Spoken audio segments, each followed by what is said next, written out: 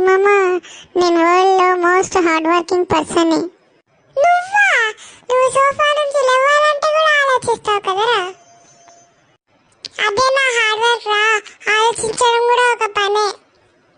నిన్న అమ్మ water bottle తీసుకురామని చెప్పిందంట. అవును. మళ్ళీ తీసుకొచ్చావా? లేదు. ఎందుకు? 5 minutes ఆలోచించా, తర్వాత అమ్మనే తీసుకెళ్ళింది. అయ్యో పాపం.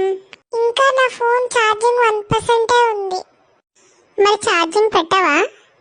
లేదు, ఛార్జర్ కొంచెం దూరం ఉంది మామ. నువ్వు నెక్స్ట్ లెవెల్ లేజీరా.